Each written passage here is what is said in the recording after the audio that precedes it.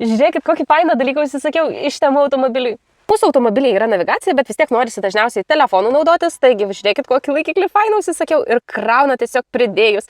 Taip pat va, palieti ir išsitrauki telefoną. Nu, tas tai labai patinka. O dukrai užsakiau naują kėdutę auto ir jis tai yra su izofixais, tai labai patogu išimti ir įdėti, tai labai faina bus, kai tiesiog norėsiu į kitą mašiną. Kuro kainos beprotiškai gazdina, tai ne visada pamandravosi kažkur išvažiuoti su mašina. Tai labai mėgstam prasilikti su dviračiu ir parodysiu, kas man jau pasiteisino, nes ne vieną mėnesį naudoju. Taigi, laikiklis telefonui ir ant dviračio. Tai tiesiog taip, paspaudi ir laikosi, pravažiuota tikrai ne 100 km ir per belekokius žvyrkelius visiškai nenusikrato, nenusidrebina ir laiko. Kas dar labai pasiteisino, tai užsisakiau 2 tokius krepšius, irgi nuo praeito rudens. Tai jie yra po 20 litrų. Tai iš šitos krepšius labai mėgstu įsidėti maisto produktus, maišus tokius, kai nusiperku parduotuvėje ir telpa 2 dideli tokie maišai. Ir trečias dalykėlis dviračiui, tai ant stipinų tokie atšvaitukai naktį labai gerai apsišviečia. Iš po kelionių, kai pavargstama, norisi pailsėti ir aišku pirtyje, taigi pirčiai irgi, ką sakiau.